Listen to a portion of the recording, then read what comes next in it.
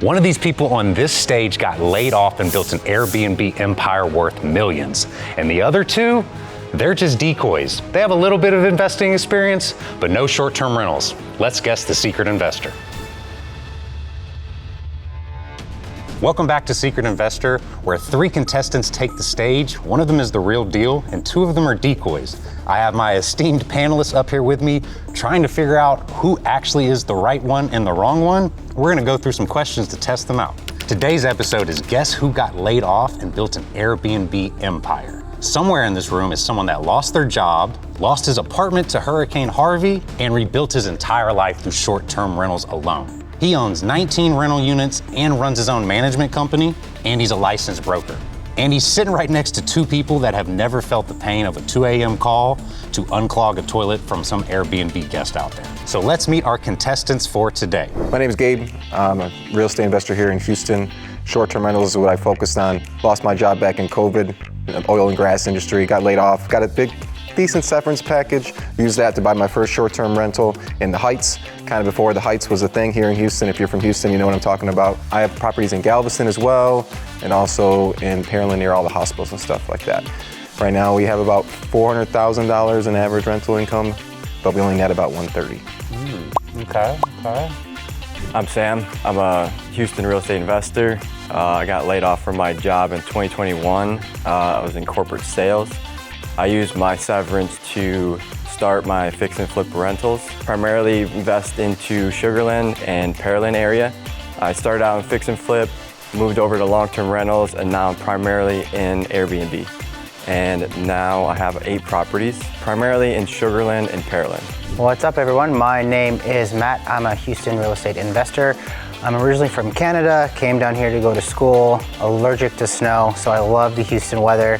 Got into real estate after I got laid off, decided to live on 50% of my income, saved as much as I could, bought about 1 property a year, dove into short-term rentals, had a blast with it, figured out all of my systems, my processes, and have been slowly building units over time. Founded my own management company, which has been super fun. Every day's absolutely crazy, but I love what I do. All right, in one sentence, how did you become a Houston Airbnb operator? I picked a place where everybody wanted to party. I knew that's where people want to go stay when they come to town, so I picked the Heights. I saw a need for nurses in an area and quick turnover, so I went into Airbnb near the hospitals. I went into Airbnbs because the money is so much better than long-term rentals. So for each of you, how long have you been doing this full-time? Full-time, I've been doing it for 3 years. I started 5 years ago. Okay. I started 5 years ago as well. Full-time for the past 2 years, but I started in 2018. Awesome. So tell me about your first deal. What did it cost? How did you find it? Like, what made you purchase that first one that you got into? Well, basically everything went wrong in my first one. We took 12 weeks to close because it was during COVID, so the appraisal took forever. Luckily, during that time, the property appreciated actually because the market was going crazy. So I actually ended up coming up to the closing table with almost no money out of pocket doing it, which was great because I did not have a lot of money at the time. And at that time also, everybody started traveling because no one could do anything with all the COVID stuff. So Airbnbs, the ADRs went up like crazy. They went from, I think I was at $200 when I initially did my underwriting. By the time we were done, it was $250 a night. So I found it on the Heights on the MLS as a brand new townhome. Put an offer in over asking because obviously it was during COVID, everybody was buying like crazy. But even then I still walked in with like $50,000 in equity by the day we closed. Sam, how did you find your first deal? My partner actually brought my deal to me, so I just had money saved up, put it into the deal. After that deal went through, it went well, so doubled down in real estate. Matt, how did you find your first deal and tell me about it? My first deal was a little crazy. So since I'm a broker, I found it on the MLS. I went to go tour the property. It was pretty wild. The ceiling had water coming through it. There were cockroaches everywhere. The tenants were absolutely crazy. The inspector, when I finally got it under contract, was like, you really need to terminate this contract. This is a really bad property. I had a moment of, should I move forward or should I retreat? I decided to go all in, move forward. And it's one of my best assets that I bought. Super excited about it, but it was pretty difficult to get up and running. Can you walk me through what a typical day looks like for you in the life of Airbnbs? I'm sitting on the beach, brother. I have a management company to handle all my stuff, so I get a phone call. Only if it goes over $500 a repair, they'll call me because I have to approve it. Other than that, I'm chilling. My partner handles all the day-to-day activities, and currently The only phone calls I'm taking or work orders I'm dealing with is looking at the next project. Matt. What was the question again? What's a day in the life look like for you as an Airbnb operator? The day in the life of an Airbnb operator is absolutely insane, and it changes from day to day. So first thing I do is I wake up, I take my phone off of mute because I wouldn't sleep if I had it on, didn't have it on Do Not Disturb. I check and see how many messages I've missed from angry guests. Just kidding, only a few. This morning I missed one about a guest didn't know how to work the hot water in a shower, which is pretty funny. So after I respond to guest messages, I get up online, I take a look at my bookings, see how far out I've been booked, I jump into Price Lab, see if I need to adjust any pricing. Then I'll hop into the MLS, see if I can find any clients, any deals. I have a rule where I don't leave the house before noon or else I'll get sucked in the field. So I go out in the field, visit some properties, do that kind of stuff there. Every day is so different, but it's really, really fun. I noticed that you said that you had a team, so you're just relaxing on the beach. Who's on your team? Where did you find your team? Do you at least know their day-to-day operations? Yeah, like, I want to be on the beach. Your team. I will say it did not start like that. So for the first 2 years, I was doing everything myself. I was actually going and even cleaning the units after they were done because I couldn't afford a cleaner, and I would pocket the cleaning fees. So I was doing that myself. Since then, I definitely have built my systems and my teams. Now I have a full-time cleaner that services all my units. I have a handyman who basically works on a salary for me full-time, so he'll also clean for me too if we have like multiple cleanings, because I only want to hire one cleaner at once. So that there's a handyman, that, and then at the same time also have licensed HVAC guys, plumbers, bigger stuff that a typical handyman can't handle. And then obviously my management company handles the ADR side, the checking the price labs, making sure my numbers are where they should be adjusted for the time. If we have a holiday coming up, they're the ones that's moving those numbers back and forth, but that's all the management side of the company. So basically I want to say 3 or 4 is like the key people to my business right now. All right, and you say you just had one partner who was doing all the work. Like, that's an amazing partner. That's like around the clock. Your team, your partner. Like, I could just build a whole team off of you guys alone. So like, what's the day-to-day look like? What are the operations? Do you pay your partner for this? Well, yeah, we're 50% partners. I come up with the deals. He comes up with the manual side of things in terms of cleaning, turnover, making sure we're on pace to hit the numbers. That's rough for your partner. Like, you're just chilling. You must be finding some sweet deals. That's all I know. Yeah. And then you're just a one-man army. Like, do you sleep? How's it I work? do sleep. So my team has evolved over time. So what I've learned is a lot of people are like concerned about responding to guests like super, super quick. And what I've learned is that the only emergency that guests need you for between like 11 p.m. and 5 a.m. is just to call 911. Other than that, like, they can just go away and stop being so crazy. But to make sure that we're keeping the service as high as we can, to make sure we get those 5-star reviews, there are 2 people on my team that I could not replace. One would be my property care manager. They are my eyes and ears on the ground. They are QCing every clean after the cleaners leave. Their responsibility is to make sure the house looks like the photos and that it's well stocked. On the other end of the spectrum, we have VA teams, so our virtual assistants that are based offshore. They handle a lot of things that software can handle. So for example, they're doing the listing optimization. They're making sure that the landing pages for all of the listings look fantastic, that they're clickable, that the photos are in the right order. Then we also have our revenue management team. Our revenue management team is responsible for going into Price Labs, making sure that we're pacing correctly, that the pricing's right, that our competition is booked or not booked. So those 2 people together really help us run an amazing business that allows me more time to go out into the field, to talk to clients, and to grow the business. I do have a question I think everyone wants to know. Go ahead. What is your craziest Airbnb rule? Because they always talk about the rules in the Airbnb now. Like, what are the rules? Crazy rule you said? Yeah. Rules, like, do you have a crazy Airbnb rule? Some Airbnbs are like, you got to turn down the bed before you leave and like clean the refrigerator and Start just your laundry before you go. Yeah. That's a bad Airbnb in my opinion. I'm not. So do you have any crazy rules? I would say our craziest rule that we probably get the most flack for is we are here in South Texas, obviously it's very hot. So we will control the thermostat to where you can't put it below a certain point, because people will put that thing down to 60 and it will be 110 outside, and next thing you know our AC units are being frozen. So that's the biggest complaint that we get, is that we will monitor how low the tenants can put the AC down. I don't want to stay with Gabe. I love to turn it. There's a lot of hosts that do that. They though. do. Yeah. Sam? I guess the biggest complaint we get is that the tenants have to keep the noise down. So we have a decimal meter that actually tracks the volume. And after 6 p.m., we're near a lot of other people, so they have to be able to keep the noise down. And for a lot of our guests, that's an issue. Matt? Craziest rule, 5-minute showers. No, I'm just kidding. I was like, how do you measure that? That would be really funny if that were true. We would not do that. But one of the most commented on rules that actually works out in our favor is as soon as someone books, we say that the actual occupants of the reservation must be on the booking, and the house can never exceed the reservation amount at any time. And what this does is it makes people who want to throw parties cancel the booking, and it lets people who are going to be good guests know that they can't have a lot of people there. So, Well, I think it's time now to eliminate one person. I'm going to take a vote from y'all who y'all think is not the secret Airbnb investor. I'll start with you. I'm gonna say Sam, because he doesn't have a lot of good answers for anything, and it's always his partner.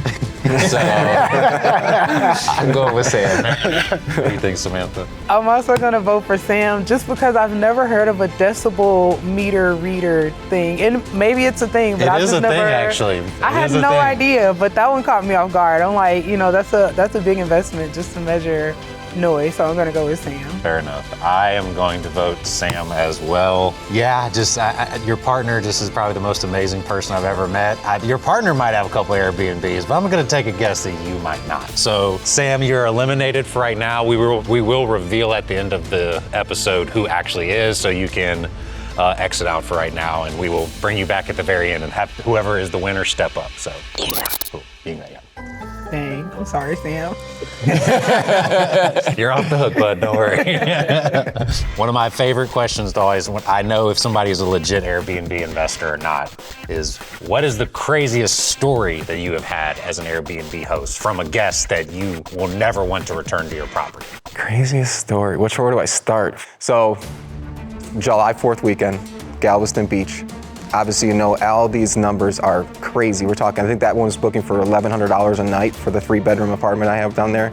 Crazy numbers. Obviously, they were gonna throw a party and they wanted it for free. So they were sending me pictures. I mean, they were literally taking hair and putting it on the floor and sending me pictures to Airbnb and saying, hey, this wasn't clean. And I mean, with everything. We said, okay, we'll send a cleaner, because they were asking for a refund right away. We're like, no, let me get my cleaner out there, we're fast, we'll clean it. As soon as the cleaner comes, cleans up the hair, leaves, they come back. Sure enough, another thing, hey, the remote's missing in the TV. How can you prove that they would do that or not? So sure enough, I send my handyman there, hey, go find the remote. We brought the secondary remote, programmed it, put it down. Again, every 2 hours they were asking for somebody to be there.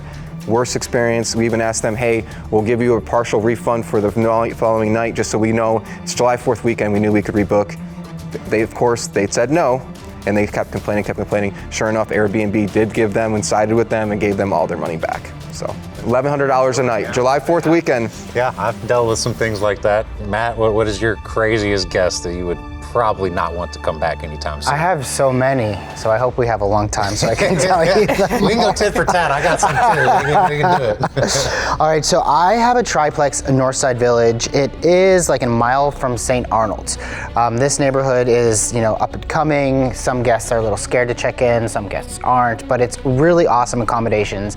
Anyways, I had this month-long guest, and she called me hysterical. She was like, Matt, oh my God, my car has been stolen from your Airbnb. You need to get here right now. Oh my God, I'm gonna call Airbnb. I can't believe this happened. Blah. She just kept going, and I had the phone like this the entire time. And then so the police finally arrived. I had to give the police a statement. I had to give the police the security camera footage. I told her we'll find out what's going on, thinking, okay, this is just the craziest thing that I've ever heard in my life. 5 minutes later, the police call me back and they go, hey man, don't worry about that. The car was repossessed. So That was pretty wild. That would have drove me up a wall, especially the fact that she calls and is blaming you for the car being stolen. Right, Oh. it's like, how do you not know you're behind on your own payments? I think I The would have fact that they called found her back. at your Airbnb, though, is kind of crazy. That definitely, that's another day in the life of it. So I think I would have just called back and been like, get your priorities straight. Why are you at an Airbnb hanging out? And you're getting your car Like, repossessed. Your car repo. Like, Pay the car. That's probably why she was at the Airbnb, is because her house got foreclosed on. oh, wow. You know, I didn't think that. I didn't call her back, but I messaged her back in the Airbnb app to close the loop on this, and I said, Sergeant so-and-so just called me from the police department to let me know that your car was repossessed. And then she replied, thank you so much for letting me know. She was like, okay, I Egg know on this her now. face. You won this time. What's your worst month revenue-wise, and what's your best month revenue-wise, and then why do you think that is the case? Being in South Texas, obviously, the weather's the biggest part. Our best month is always going to be July, because that's when people are traveling. Galveston Beach is hot. People always want to go. On the flip side of that, winter months, not as much travel. We get some snowbirds, but they're using more of like a 30-day rental, not like the high dollar one-night rentals like we get during the summertime for the party season. So best month was 42,000 net, and that was July of 2022. And then worst month was definitely during when after COVID closed down, everyone started going home and stopped moving anywhere. Once the economy kind of shifted, that was, I think it was in the winter. I don't know the exact month. I think it was either January or February of 2023. That was our worst month. We did like $12,000. That was a rough month. Matt. All right, best and worst. So we operate in two markets. We have Houston Metro, and then we have the Texas Hill Country.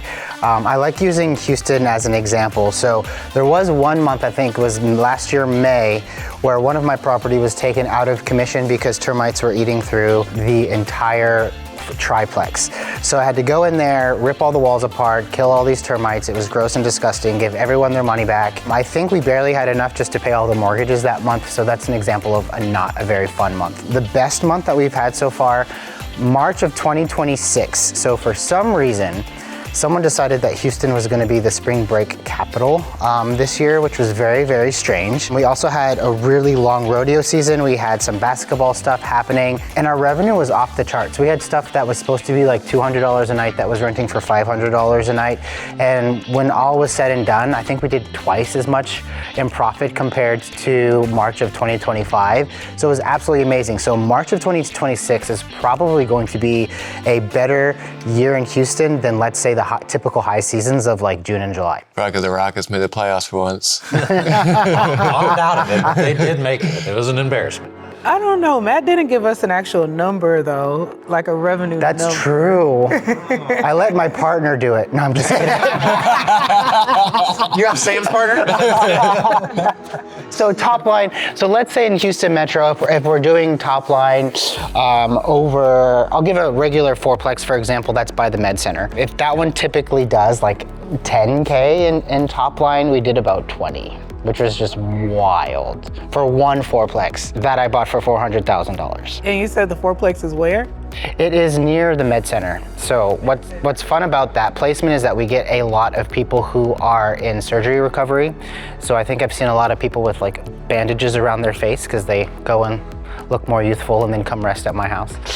You can also walk to the convention center. You can walk to the Toyota Center. So it's just a very versatile product. You guys both have mentioned that Houston's fun, obviously. What amenity drives the most revenue, and what amenity is your favorite at your Airbnb? Like, what's getting the people to flock to you? Well, two different areas. Obviously, Galveston's more of a beach market. Houston's more of a metro market. So I'll say for Galveston, it's definitely our pool. We have an infinity pool at our Airbnb that overlooks, you can see the ocean from it. So that's definitely by far our top revenue earner is that pool. Because obviously, yes, the beach is there, but you want to be able to come back and chill out and hang out with the pool.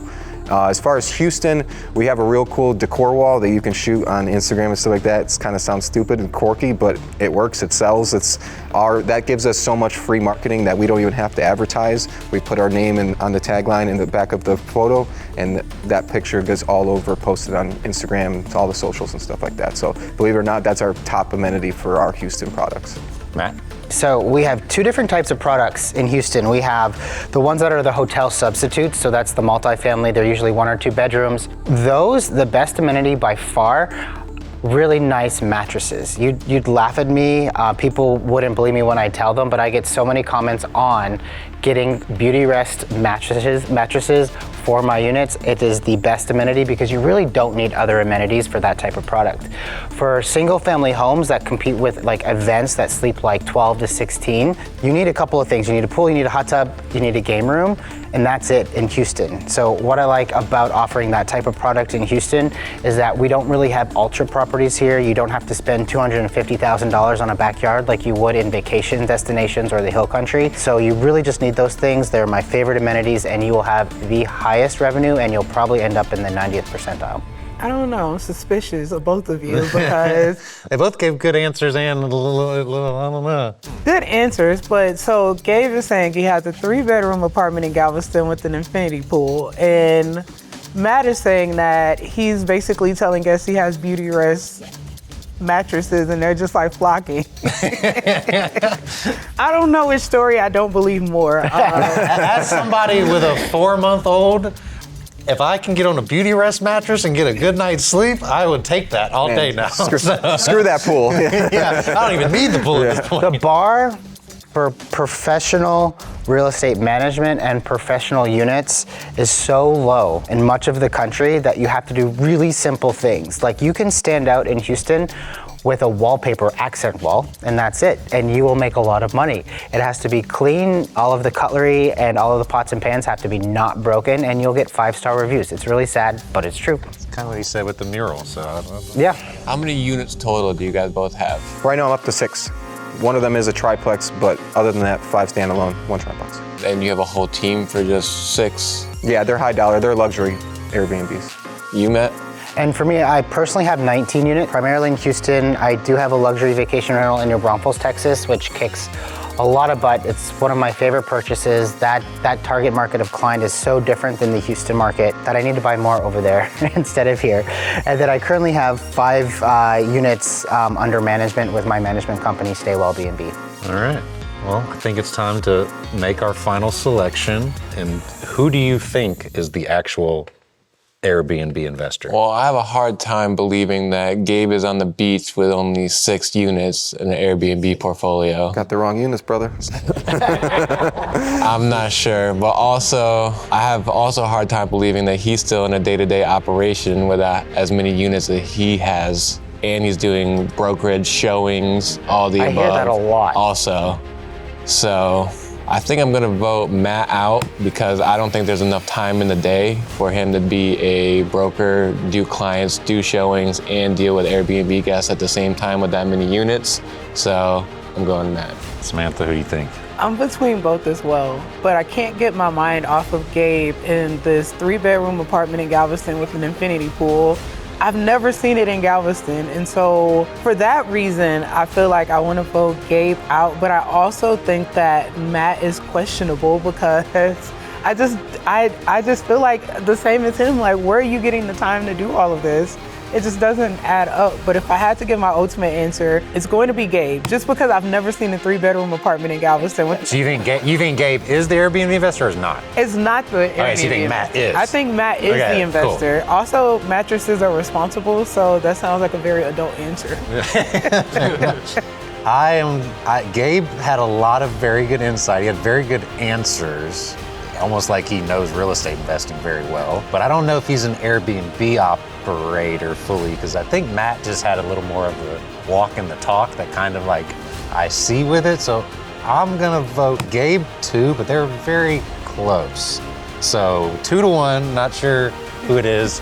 Sam, if you want to join back in the middle of them, and we will reveal who is the actual Airbnb operator. It's me. Will be. It's me, it's his partner. His partner just comes running out of nowhere. So, if you are the actual Airbnb operator, please take one step forward. Wow. You just have a lot of time in the day, I'm guessing. Just so much that you just do a million things. Sleep very little. You use the beauty rest mattress, because I'm guessing. 100%. Awesome. So Matt, tell us a little bit more about yourself and about the company you run and everything that you do. Yeah, for sure. In 2018, I was almost broke. I had $10,000 in my bank account. I got notice that I was going to lose my job, which was absolutely insane. And I had this epiphany. I was being very fancy, living paycheck to paycheck with a very large salary, driving an M3 competition all over town like I was super cool, and was like, I can't afford this lifestyle. What am I going to do with my life? So I drove my car to BMW and said, get me out of this thing. I got a more reasonable car. In Harvey, I lost my apartment, so I got a much cheaper one. And then I started living on 50% of my income. Saved all of my bonuses. I did a couple flips to get some money. And then I started buying one property a year. Fell in love with small multifamily, turned those into short-term rentals. Loved that so much that I decided to found my own management company when I got laid off from HR consulting in 2024. And I haven't looked back ever since. It's been a really fun journey. Awesome. Well, appreciate it. Thank you you're guys. crushing it, man. I appreciate that. And I know it was a good episode, Gabe and Sam. Y'all did a great job of fooling us a little bit. Definitely, Gabe, you had me going for a minute. There was very, very well. It was really good. I thought maybe he did. Every answer you gave, I was like, dang, he actually probably is it. You know, especially the fake hair. Yeah, because I've had that. All real. We will wrap this up today. I appreciate you watching. Guess the Secret Investor. Hit that subscribe button if you haven't and you watched all the way through today. And we'll see y'all in the next episode. Take care.